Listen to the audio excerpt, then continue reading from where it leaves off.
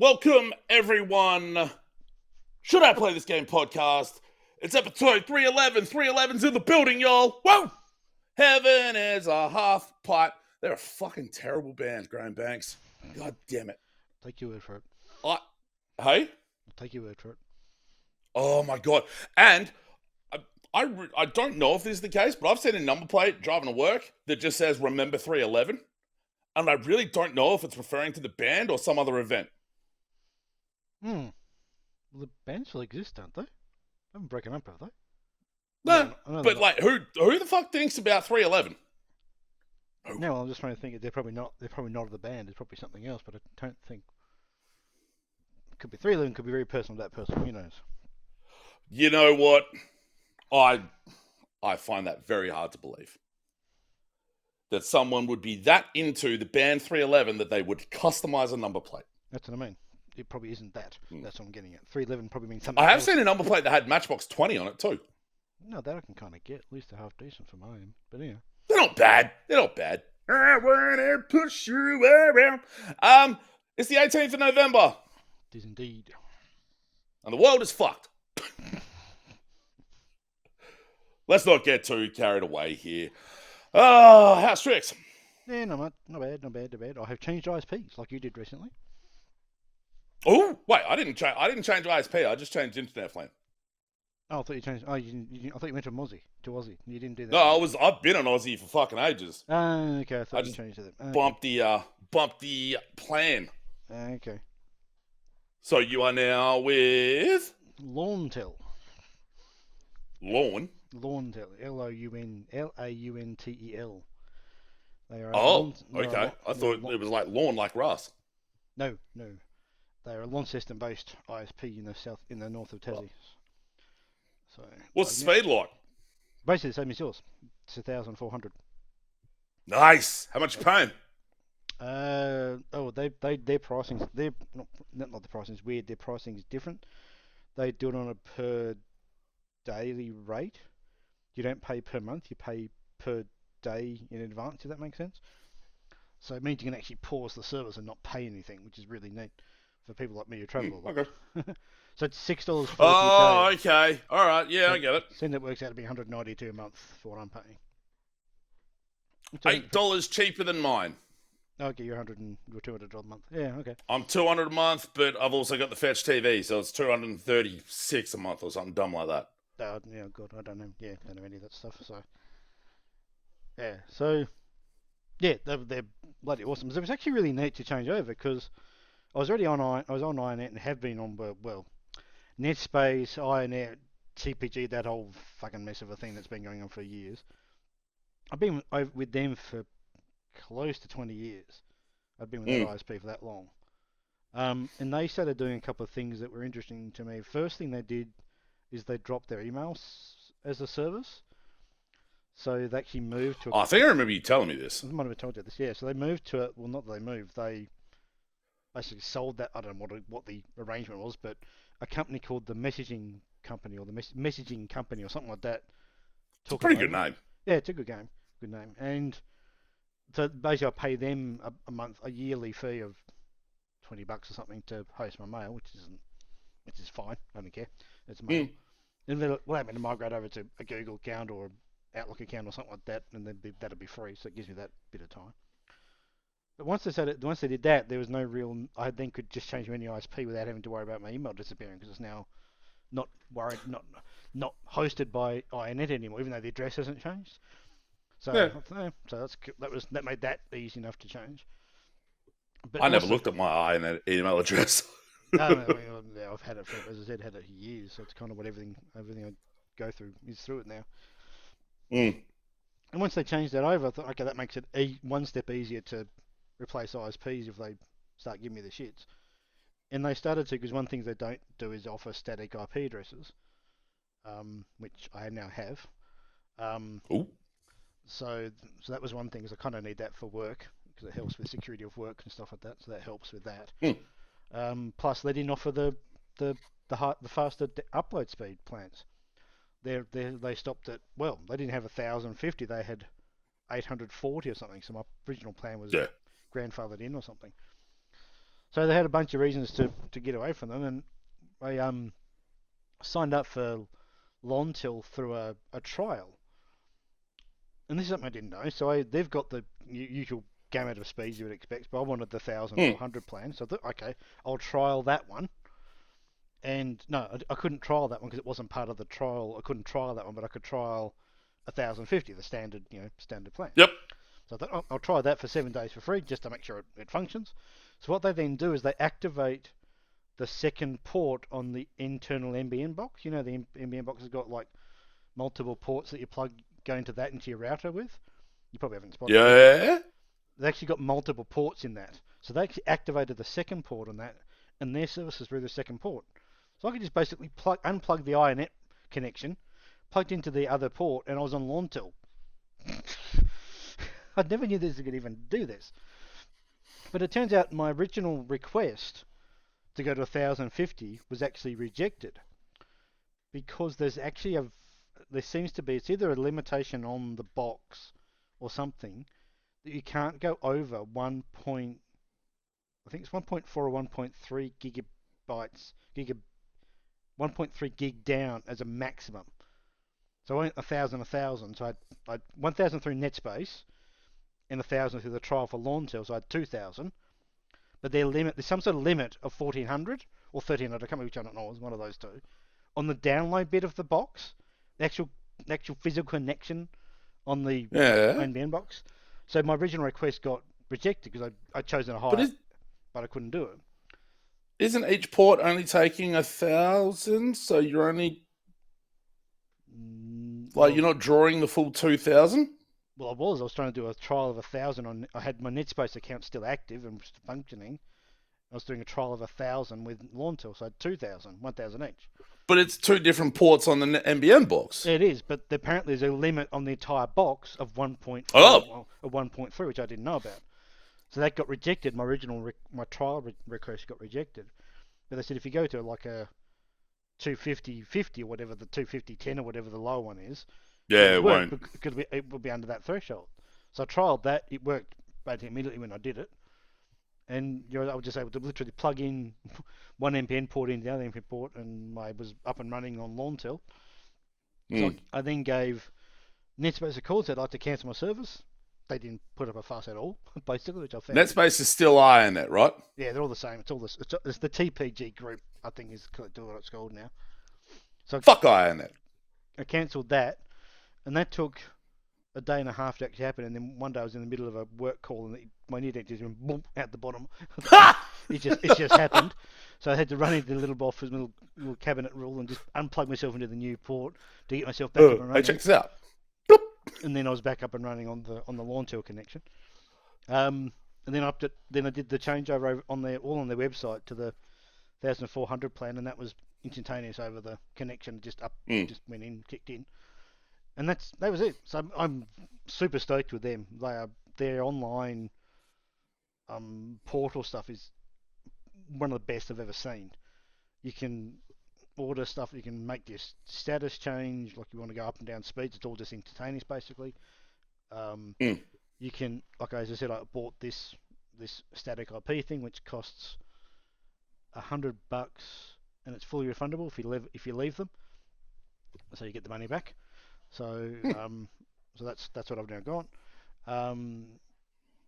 And then you can go onto the website and you can look at, obviously you got to use standard stuff of the usage of your internet, like your plan usage, bandwidth usage, all that kind of stuff. It's got the standard stuff like that, but it's also got is with the they're in I don't know how the NBN thing works, but they've got all these sort of like pseudo exchanges, not actual Telstra exchanges like they used in the old day, but like NBN connection points or something. And there's one that all of the companies would use in one area. So if you go into your INET, onto your Aussie broadband web page or something, you'll find that you're connected through a particular connection name or something. I'm not sure what the term is, but you can then exchange. It's like an exchange, but not really, because it's not a Telstra exchange, but some sort of NBN. I don't know what the term is. You actually, so with the INET, with the Lawntel site, you can actually look at not your bandwidth, but their traffic overall through that connection and what utilization they've got through it all. So it's really like the transparency of what they do to their service is just one of the best I've ever seen. It's just I'm paying you pricks for 1,000. You're only giving me 800. Fuck you. It's not that. Look, you can actually see what all of the connections on there, Ooh. all of the connection, what the overall bandwidth is. So yeah, it's quite impressive, sort of transparency in terms of what they, what their connections are like, sort of thing. That's yeah, I can't rate them highly enough. I've only literally been in them for like a week, but their support after hours is like I rang after hours. I had an issue with when I first started on. I had a bit of issue with the web traffic wasn't like working properly, but that cleared itself after a while. Online support was great. Their email support's really good. So yeah, I'd highly recommend if you can use them in your area, because they're not everywhere as around the country as you can kind of expect with them, with where they're based up in Tassie. But they've won awards for their service and all that stuff. So they're highly rated by the industry as well. But yeah, choice. So yeah, so that's what I've changed over to that. So it was an interesting experience to know that I didn't even know you could actually activate 2 ports in that box. I thought it was just you had to go from one to the other. But so yeah, I just assumed there were 4 available ports. Yeah, but they're available for like they're not all running. Oh wait, hang on. They're not all running at the same time. So they're not all at the same time. I think when maybe when I switched from INET to Aussie, I think that was the case. They probably would have done a similar thing, I suspect, because they would have known your services. Well, I had to wait for their router to rock up. Oh, okay. No, I didn't. Which might be part of that. Launcher just said, "Don't use your own one. Go buy one that's better than anything." Yeah. Well, I only had a bloody INET one, and that thing was a piece of shit. Well, I couldn't figure out where the piece of shit was. Because remember when we had the months of internet bullshit on my end? Yeah, that was like me trying to hit them up, being on hold for fucking 4 hours, multiple times. Okay. Them telling me, "Oh, it's on your end." Me going, "No, it's fucking not. Send someone out here," and they didn't. So I was like, "Hey, guess what? Check this out. Fuck off." And I've never looked back. But yes, that's what until just now. Yeah, that's what I've done. So yeah, it's a good experience. Sweet. But yeah, very interesting to sort of know there was that overall NBN box limitation of 1.3 or 1.4. So what happens if internet speeds exceeding like 1.3 or 1.4 become available in Australia? I'm not too sure. I'm assuming that means that they'll have to upgrade the boxes, I assume. That's only I mean, in fairness, 1,000's still fucking between 150 and $200 a month. Yeah, I mean, they're probably not going to go to much higher than that, but yeah, I mean, I expect to see, but I'm going to rephrase it. I would want to see more even upload-download speeds than straight-up faster download speeds. Like, I'd like to see like 500 or 1,000. Oh, yes. God, 1,000. Before we see it's like 2,000, 1,000 or 2,500 or something like that is in terms of the download versus upload thing. But yeah, anyway. But yeah, that was my interesting little week. But nice. But yeah. I ain't got shit going on. You got shit? Okay. I ain't got shit going on. Speaking of buying, if we're talking about buying new shit, I've had 2 more controllers rock up, and I've ordered 4 more. No, of course you have. So, one of them I've ordered. Hori's doing an actual proper Steam pad, controller. Okay. Where instead of the Xbox button, it's got a little Steam button. So I'm like, fuck it, why not? And a couple from Crooked, and I got a weird gun handle shaped mouse coming that has instead of the click, it's the trigger. Oh, okay, yeah. So I saw that in a video. I'm like, that seems really interesting. Fuck it, let's get one of them. So I've already had one of these before, which is, I can't remember the name of it, but this one's got Hall Effect sticks. So, woo, fancy. Mm-hmm. But anyway, the more interesting one is this one, which is the Xbox configuration of their Mega Drive controller. Okay, yep. So I could use this in, let's say, RetroArch. Mm-hmm. And have it configured for Super Nintendo because it's got the bumpers up top and Mega Drive games and Master System games and shit like that. And it didn't cost very much. So I'm like, fuck it, why not? And yeah, between buying shoes and buying controllers, yeah, One could argue, bit of a dickhead. But hey, it's funny. Well, not funny, but it's amusing. I like them. And yeah, we'll see. I'm really interested to test out the mouse-ish, the gun-handled mouse thing. I'm curious to see how well. That just sounds weird and really bad to me. But yeah. It really does. Remember the Novint Falcon? Nope. All right, so the Novint Falcon, it was this big fucking sphere thing, and it had 4 arms, 2 from the top, 2 from the bottom, and it had like a little mouse bally type thing with buttons on it. Mm. But you could get attachments like a gun trigger, and it would force feedback, like if you're shooting the gun, if the game supported it, it would like buck it like it was an actual gun. Oh, okay. It was an incredibly expensive piece of shit that didn't get supported by many people.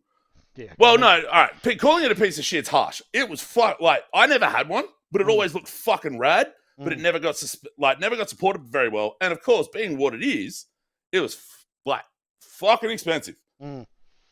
So, yeah, sort of an extension of that in some regards. But man, that thing, god damn it, that thing had such potential, but god damn, so expensive. It's like VR. Really expensive, not supported very well. Well, if that's the case, then how about we look at some video games then? We should do that. That's the main event.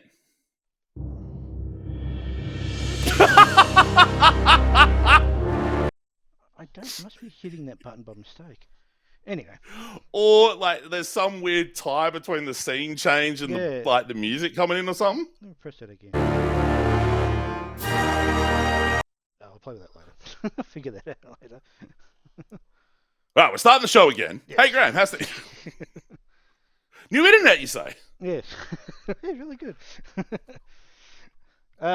So I'm still playing Satisfactory, as you can imagine. Episode 28 of Solar Factory went up on Saturday, actually. I got around to finally got around to editing the damn thing and putting it up. That's probably been the biggest issue. I uploaded the Saturday special. I was like, wait a minute, there's a Solo Factory up at the same time. What's going on here? Yeah. It takes a while to get back to editing the things. Hey. Not editing. I don't edit shit. That's why it doesn't take long for me to do shit. Not that editing takes a long, it's not hard, but it's time. To do it well, it's time. It's like audio, any sort of audio visual editing is particularly if you want to do it well and make it actually match, it's the motherfucker. Even trying to edit like the dumb sounds I've got in the soundboard thing here on the stream deck.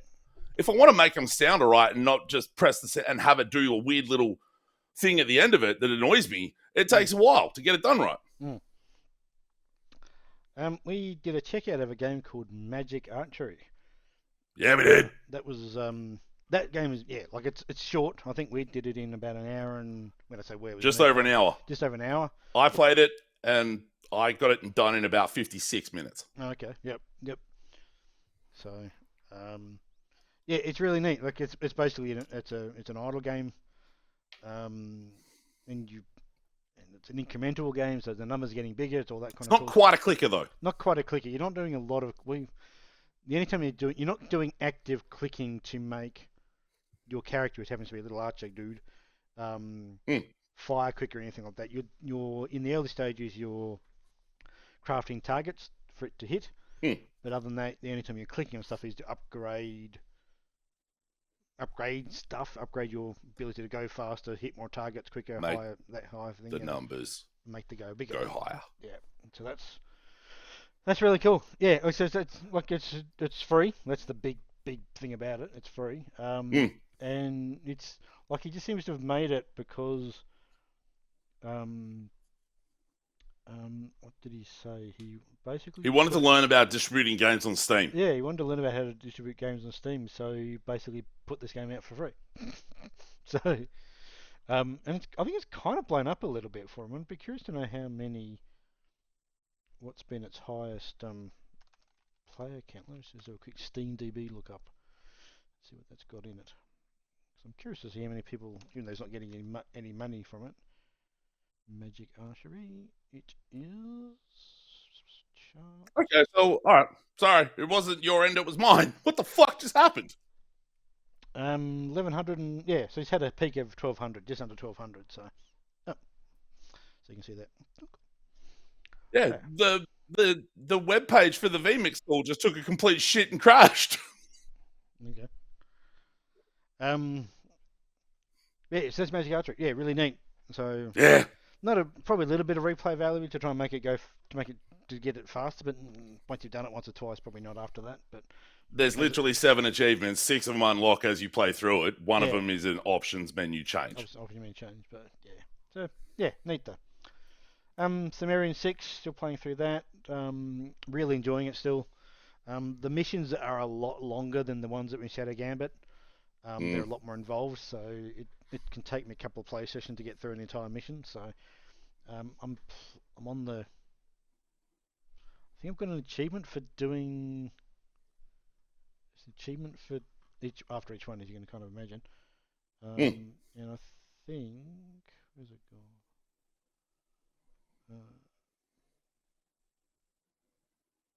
And I think I might be on like 10 or 12 or like a 9 or 12 or something like that. So Oh, that's right, because it's only about that, quote unquote, only about 12 missions, but they're yeah, about twice to 3 times the length. yeah. So that's yeah. It's yeah. It's interesting design of the missions because like in Shadow Gambit, you'd go back to the same location multiple Mm, times, and because of the nature of the what you're doing in that particular mission, it's going to be slightly different, but the layout's exactly yeah. the same. And your only choice in that particular game was to essentially where you started each mission from. Mm, Whereas obviously the missions in opposite in Sumerian 6, the mission points are completely like they're linear. Like you start at a same point every single time, you get the end points the same thing. The interesting thing they do chuck into it is you've got XP pickups that you can pick up for each of your characters. So each of the abilities each character's got, as you use them, they gain XP as you use them, yep. and then therefore you can they have to auto update themselves at a certain point. But you can also actually pick up active XP that when you pick it up, it'll go, okay, that's 150 XP for that particular skill that character has. Is it tied to characters in the mission, or can it be? Yeah, tied to so the actual boxes you pick up XP wise are tied to a character. Only that character can open them. Yeah, okay. And That's then pretty good. yeah, and then that character will then gain whatever that thing might be. Like it might be 150 XP in that particular skill or whatever it might be. And once you pick up all of them in a mission, you then get a sort of a bit of a boost. I think you get them a bit of buff overall and everything sort of up increments sort of thing. So it's got that as a part of the extra part of playing each mission, which does add to it. Because you might the straight line might be to go from A to B, might be straight, but all these XP things on the side. Oh, I might just go and get the XP things. It's worth doing, sort of thing. Then adds to the length of it. And the mission I just completed, last weekend, whatever it was, actually had optional objectives inside the actual mission itself, which Yeah. were optional, but because I'm a bit of a completeness, I went and killed every enemy, which wasn't necessary, but it was fun. There you go. And did all the Fuck side Nazis. basically, and then did the side all those optional objectives, which just gave me XP. So mission, I think there's not a character XP. There's not maybe just like mission XP or something. Yeah. So yeah, it's got a lot of little things that I think make it just a little. I think what lets it down is the story is not quite as engaging as the Shadow Gambit story was, and all the characters in there were better characters. But I'm actually kind of enjoying the missions more than I did in Shadow Gambit. So yeah, interesting. Might be a thing because I think Artificer, who's the studio behind it, I think they might be relatively small. So maybe they Yeah. just don't have the writing chops. Yeah, I mean, yeah, it's probably that too. But and also, I think it's one of their earlier games. So Yes, my understanding is that is correct. Grey and the Nazi Killer. Forge of the Fae. So this is a demo that's currently active on Steam. Yeah. I saw this in your list and I'm like, what the fuck is this? And looked it up and I'm like, this looks pretty rad. Yeah, it's basically a Japanese RPG sort of style game, but it's based like if you want to think of a current game that matches up to Sea of Stars is the obvious line to look for. That's exactly what I thought when I looked at the trailer. I'm like, within 3 seconds, I'm like, holy shit, this looks like Sea of Stars. This is dope. So it's interesting. It's a demo currently on Steam. I like a lot of what it's doing, but I find the demo puts you. It's hard for demos to what's I'm looking for. Give you the context of the demo because they might give you the demo that starts an hour into the game, so you've missed all the preceding story okay, part so of it. where it actually takes Where place. it takes place within the whole line of the story. So I find that Yeah. it's a bit hard to understand what I'm doing, why I'm doing it, sort of thing. But And a game like this both relies on the game, like the playing of it, yeah, which is where Sea of Stars worked really well because it had that a little bit of Super Mario RPG to it, stuff like that. But it also was really, really well written. yeah, and the character's really good, and what you're trying to do was really, made kind of Have you made sense. seen that they did a big old like overhaul of that game? Did they? Oh, okay. Yeah, like apparently full blown combat overhaul, a whole bunch of shit. Oh, really? Oh, okay. Interesting. But it's a 30, 40-hour game, so it's like, Yeah. oh, I'm not going back. Yeah, as dope as that game is, Yeah. I'm not going back to it. Yeah, but it's the same sort of pixel art style. There's some really, really nice pixel art stuff. They're not the same in this game. In the screenshot, you can see if I was to have this character here, move down, you can see reflection in the water. So it does a really. Sweet. It is really, really nice to look at. Fake pixel ray tracing. Yeah, sort of thing like that. Yeah. So the combat is, as you imagine, it's turn-based like the other games are. It's a little more complex than Sea of Stars then, with the turn order and stuff. Yeah, it does have a turn order that I think is not just my guys, then their guys, and I think it can be a bit different to that sometimes. And I think it's got, in Sea of Stars they had, I can't remember what they called the system, but you'd build up a meter. I can't remember what they called it. Yeah, it's like an ultimate thing. And ability. Once you do that, you could then combine yourself with another character and do a bigger attack. I think they've got that with this one, but again, the tutorial in the demo is basically non-existent. So it's very hard to understand exactly what's happening. But they've got this adrenaline meter, which I think might be that thing's equivalent, but I'm not really sure. As I said, the demo didn't have much in it, but standard thing, you got your inventory stuff to equip skills and that kind of stuff. So I think it's really neat, and I think it's. I'm going to keep an eye on it for sure, in terms of its sort of progression. I think it's out soonish. I think next year. Next year is it? I'm gonna know. I think. Well, I don't think the Steam page actually has a date. I'm just on their website. The studio was founded in 2015 and started working on this 2021. And it was Kickstarter too.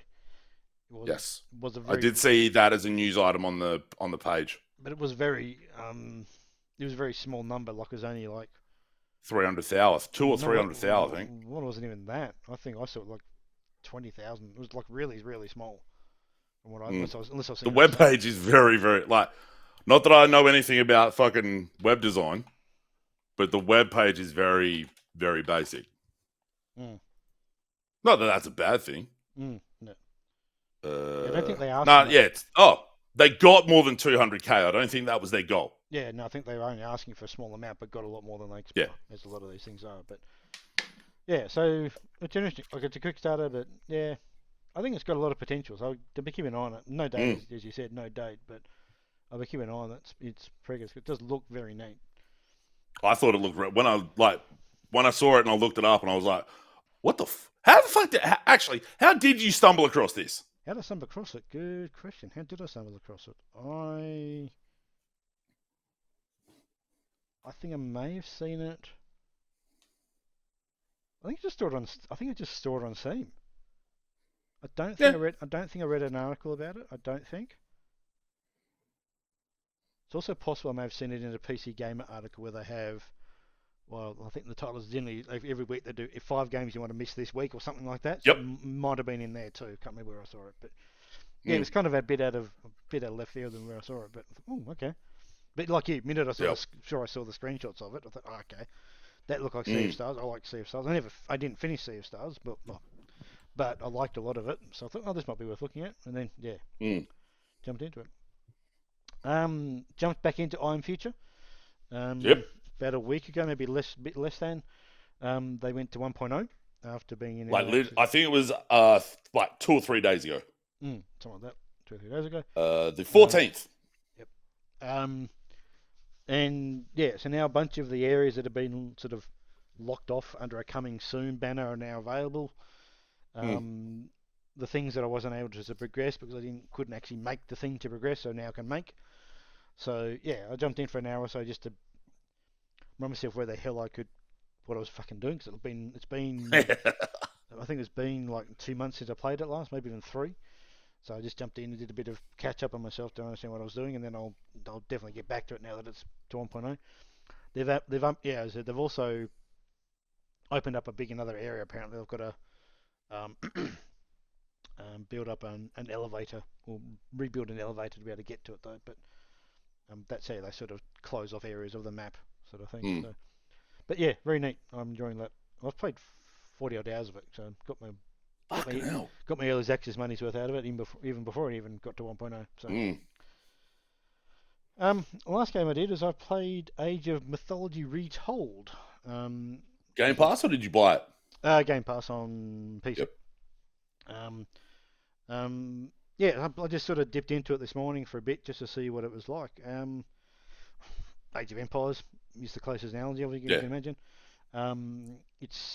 It's pretty neat. I kind of like it. I'm not too sure I would have ever paid for it though, if that makes sense. I think it's a game you'd get through Game Pass or something like that, like a games with gold. Not they have games with gold anymore, but you know what I mean, or PlayStation Access, whatever. Did you ever play the original? Nah. Any of the Age of Mythology games back in the day, or? No, I never played any of them. So it was interesting because it's got it's obviously following like story, like historical mythical stories that you can Poseidon and all that sort of stuff. But like when I started playing it, I was like, oh, this is pretty neat. It's got standard stuff. You build up buildings, you build houses to have more units. You've got villages that do the go and get resources.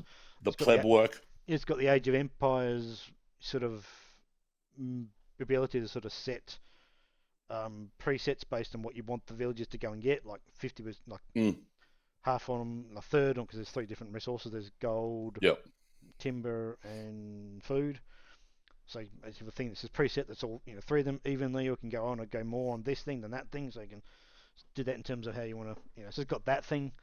But the thing that's got in it that's interesting, you can kind of see a bit of it in the cover art, is that you've got mythical creatures. So at some point I was in the last mission I did. It's a mission leading up to like the story of Troy, that storyline. So I've landed on an island or a bit of an area, and you work through the ages, like classical age, that kind of stuff, and I unlocked whatever age it was, and this big friggin' 2-headed unit of mine spawned in the water. Like it was basically it was like a kraken, effectively, not quite, but that kind of a 2-headed animal that's like okay, that's cool, and it's a unit you can control. So can I just say, you're setting me up really well for a couple of really good segues into my games. But yeah, I played a couple of missions. That's okay. Played through 3 missions or 4 missions, and according to the percentage meter on the campaign, I was 12% through it, and it probably took me maybe hour and a half to 2 hours to play those 4. So you're looking at maybe 15 to 20 hours per campaign, maybe a bit less, but yeah. But yeah, most of these more classic strategy games are a little bit more multiplayer focused anyway. In some regards. Yeah, this one's got all the standard skirmish stuff and whatever thing, but it's got 3. If they're all based on that same sort of scale, they've got seemingly 3 independent campaigns into them. So yeah, like there seems to be a lot in it. So yeah. Well, it is really funny because they've got StarCraft Remastered and StarCraft 2 up on Game Pass. But it's hilarious because when you click on it to install it, it opens a window for BattleNet. Okay.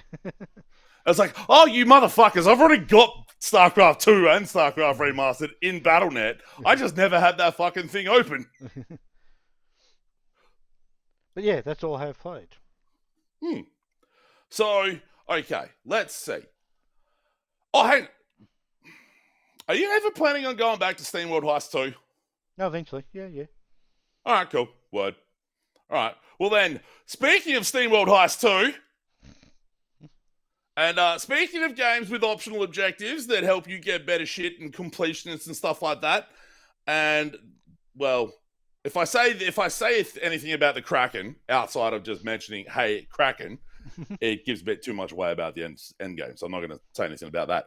About half an hour before we were going to start recording, I finished SteamWorld Heist 2. Oh, neat. Cool. 28 hours. I think I had 7 achievements left, and outside of 2 of them, the rest of them were sub 10% completion. Okay. One was to kill 10 different enemies with a single character in a turn, and to shoot off 3 hats with 1 shot, which I didn't get either of those, but did all the missions, got all the stars, all that sort of stuff. That game's so fucking good. There were a couple of little niggles I had that, like, as I was playing it on Saturday, and I'm like, man, I wish it was better if it did this, but that's it. Like, and I can't even remember what those things were now. Like, it's the combination of the simplified, somewhat XCOM-y nature of the combat and that submarine traversal for the exploration on the overworld. It's a really neat combination because just like the missions are short and, well, assuming you're not reloading checkpoints every time a robot dies, which I was doing, because I didn't want to lose a star on the on the mission ranking. I was like, I can't lose a star. Reload checkpoint. The exploration, like the missions are relatively short, and then it feeds into the exploration part, and you just like it's a nice little chop and change pacing wise. Yeah, that game's rad. There's a few missions that get a bit hairy. Well, at least, particularly the getting to some of the missions get a bit hairy a bit later. There was one other mission that one of the last missions I did. There was one of the challenge missions. I had to look up because the bonus for it was I didn't understand how to work it. Part of it was I'd already used one of the bots that was best suited for it in a different mission, so I had to rest and then go back. But yeah, I really, really like this thing, and I don't want to say it's one of the 10 best games of the year already, because there's a lot of games so far on my top 10 list, or at least my preliminary top 10 list, and I've got a lot left, but it's fucking fantastic. Oh yeah, it's great. Yeah. I'm not going to like talk too much about games I've played on Friday Night Fun or the Saturday Special either, because they're all on YouTube. People can go look at them. But yeah, some great stuff there. I've chipped away a little bit more at Paper Mario. I will say that I haven't played it in like a week and a bit. And for as cool as it is, and for as much as I was enjoying playing it, I'm also not necessarily missing playing it, if you get what I mean. Like, it was cool, but I'm not feeling an overwhelming drive or overwhelming urge to get back to it yet. But it's pretty great. Like, the things the way it sets up story elements. Like, you can see this little Yoshi in the key art, and he's a specific Yoshi that pops up, and he's this little, he's like a little Scrappy Doo type. Like a Scrappy Doo Yoshi. And he's basically just wanting to fucking fight everyone. Which is pretty great. And yeah, it's neat, but it much like Nintendo Switch games that Nintendo has put out the last couple of years, there hasn't been, I've bought them, and then it's like, like Tears of the Kingdom, never touched it. Fucking Zelda from this year, haven't touched it, and apparently it's got some pretty decent performance issues. This, and then Mario and Luigi Brothership, which is not particular, which is sort of middling to reviews. So it's like, man, fuck. Because Nintendo games, particularly Nintendo designed games, aren't fucking cheap. No, they're not, no. It works out like, I got this, wait, was it this? I got two of the 4 games I mentioned using the coupon system on the Switch, which knocks out, it's like 130 and you get 2 games. which works out a little bit cheaper than normal. But Mm. I mean, I've bought way more games than that for way more money and not played them. So I can't say much. It's neat, but when will I get back to it? Who can say? A game I won't need to get back to because I'm fucking finished with it. Not that one. I'm still playing that one. Office Fight. Now, this turned out to be, by the end of it, rather disappointing. I needed to get fucking finished with this thing because the penultimate and the boss fight before the penultimate boss fight, fucked me off so hard. Mm-hmm. Because in order to get the gold ranking, or 3 stars, whatever, the little ghost dude couldn't take too many hits, but the design of the boss fights was completely analogous or completely disparate from the rest of the game. Mm-hmm. Like the rest of the game, the ghost dude doesn't show up. You're just there flinging chairs and shit, hitting people, starting fights. Yep, rad. Mm-hmm. Then the boss fight, the little ghost rocks up and you're directly controlling him, dragging back to charge up this big old anime looking dash move, and then letting go and letting him bounce across the screen. But sometimes the boss fights are a little bit chaotic, and you got a bunch of shit flying around the screen, projectile wise, attack wise, the boss movement, all that sort of stuff. That means you are getting hit, and sometimes you get hit decently hard, and it's like fuck, and then restarting that fight multiple times because I'm an idiot. I got to get the 3 stars, and it's just like the best fun in that game is literally just the chaos of fling a chair, start fights, and watch the shit play out. Watch the destruction play out and everything else that happens in that instance. Like, it just doesn't fit what the game sets up, and it actively impedes your process, and almost to the point of just being a real motherfucker of just a couple of times was very much like, you know what? Fuck you. Mm-hmm. But I was close enough to the end that I had to see it through. There's also, for lack of a better term, horde levels each floor, because you're working your way up through eternity, and it's set up like an office. Mm-hmm. So there's HR, there's IT, sales, marketing, all that sort of stuff. Mm-hmm. On each floor, there's a horde level where there's an entrance and an exit. And you're allowed to, there's a few objects in the room, you fling them, and then you get the star, one of 3 stars based on however many dudes you knocked out. Mm-hmm. And I never failed one on this tip, where I think if you have 5 of them walk out, then you fail it. But there were multiple times where, let's say the 3-star score was 14 or 18 people. I didn't have 14 or 18 people walk into the level. Oh, okay. So it just becomes now I got to restart this one. Now I got to restart it again and again and again. It's absolutely at its best when you're puzzling out, okay, what chain of events do I set up to cause the most chaos, the most destruction, and the most fights? Was not having the boss fights or the horde levels, would that maybe make it wear thin a lot quicker because it becomes much more shallow? Maybe. But I still would prefer it without the boss fights and stuff, because it's just a much more entertaining experience. I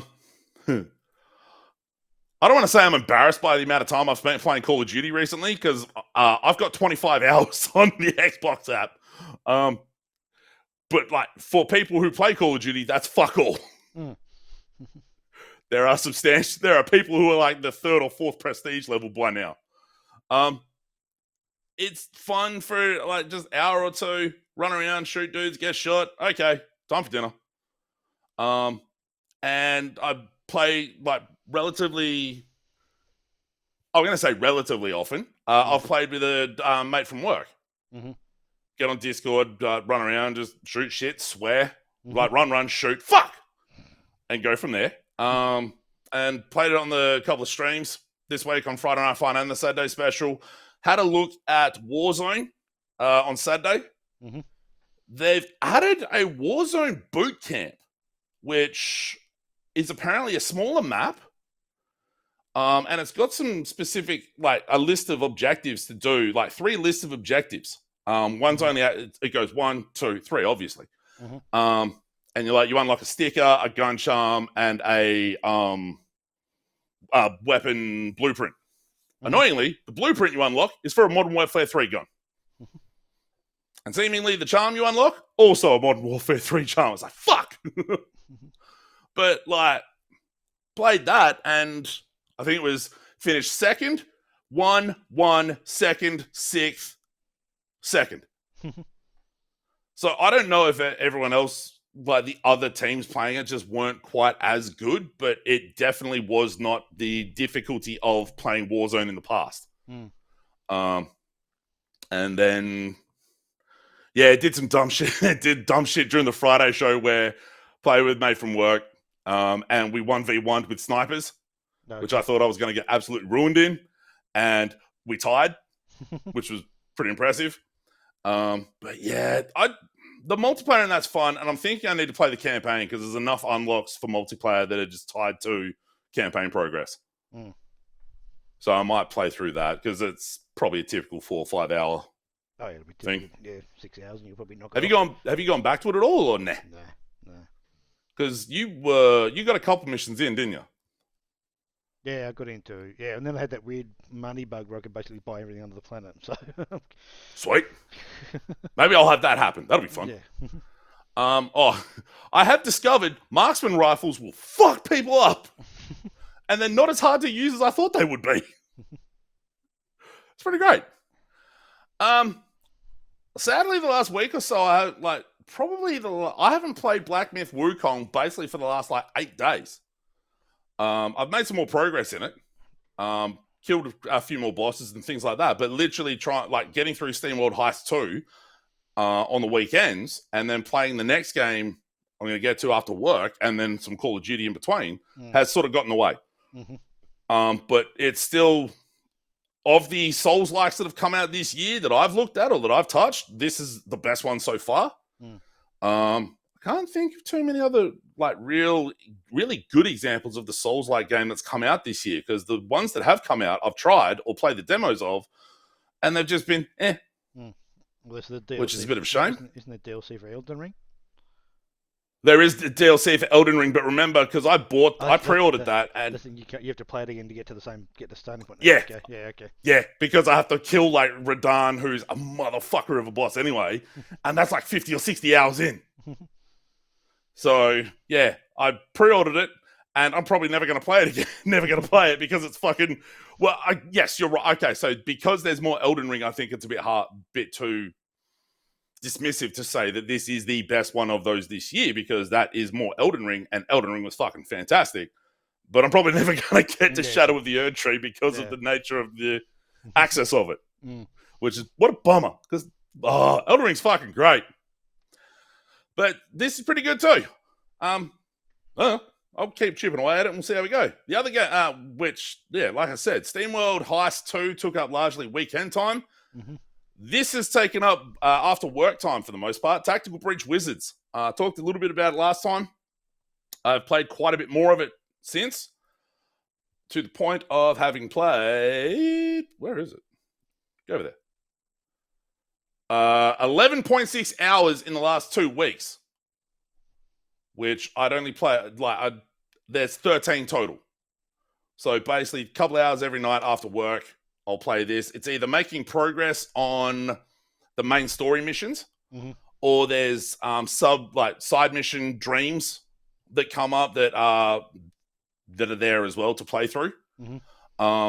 And remember how I said I'm a dickhead and have to try completionists, trying things like that? Yeah, there's each character or most characters you have on a mission have their own little challenges. Okay. And guess who's been trying to get all of those? Which means sometimes a mission takes me about 5-8 times longer than it should do, because I'm restarting the mission that many times to try and figure it out. I'm probably about a quarter of the way through Act 3. There's 4 acts. Act 3 and 4 have 6 missions, I guess, in total. So it's quite still a fair decent amount left to go. At this point, of the 6 characters that are on the key art, I have access to 4 of them. And the difference in abilities is really, really neat, really interesting, and opens up a really different way of tackling certain problems. Being able to go back into past missions once you've unlocked certain perks makes some of those they're called confidence. It gains confidence, and as you gain confidence, you unlock outfits. And yeah, it's super neat. It's hard. It's not exactly XCOM, but it has that sort of mix of XCOM and Into the Breach, where I'm really digging it. It's really satisfying when it all comes together and you are able to hit the challenges. Almost more satisfying than SteamWorld Heist 2. Just because the nature of the combat's a little bit different, a little bit more puzzly. So, but I haven't had... no, there was one thing I had to look up because this dude, I think his name's Zan, I think. He's got basically a beam where you can shoot it, like, lay it out in a straight line. If anyone crosses it, he shoots them. Most people are knocked out. And there was a challenge to get him to shoot that before and at the end of a turn. And I couldn't figure out how that works. But because, like Into the Breach, you can push enemies around based on attacks, that you do it that way. So it very much has an Into the Breach style to it. Just with I'm not going to say neater art style. It's the sort of... I keep saying low poly, but that's sort of what it looks like. There's not much specific detail in a lot of the faces and things like that, but it's just very nice, interesting art that's put together really quite well. And the fact, like I said last time, that it's special forces shit mixed with wizardry. Like, dude's got an assault rifle that just has a wand jammed in the barrel. It's pretty great. I'm super digging that. That's basically my after work game is this, and then depending on how I'm feeling, some Call of Duty. But yeah, not that much experimentation outside of the Friday and Saturday show, purely from a function of these are just the fucking things I'm playing. And they're not that, some of these aren't that short. No. That's the other part, is that most of the both big as in, I guess, studio budgetary type and our count are there's still a few there. But 4 weeks away from holidays. We'll see how I go. Anyway, that's basically what I've played. Cool. So, how about we begin the end? We should do that. Yeah, we should.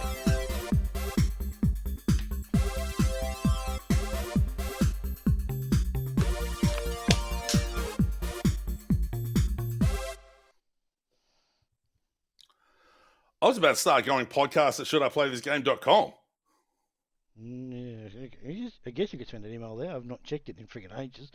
I was going to say, I don't think I've said the email on this thing for about a year or two. Yeah. I think you've checked it in maybe less than, not even 3 years. Yeah, it's been a long time since I checked it. Twitch.tv/Enemy Starship. Give us a follow over there. You'll get an email when I go live, mostly on Fridays and Saturdays. We've got the YouTube channel where there's the checkouts of Magic Archery. Oh, we didn't mention Thronefall. I forgot about that. Yeah, Thronefall's dope. Now I've mentioned, I'm still crushed about how that fucking checkout ended. So that checkout for that is up there, as Graham mentioned earlier, a new episode of Solo Factory.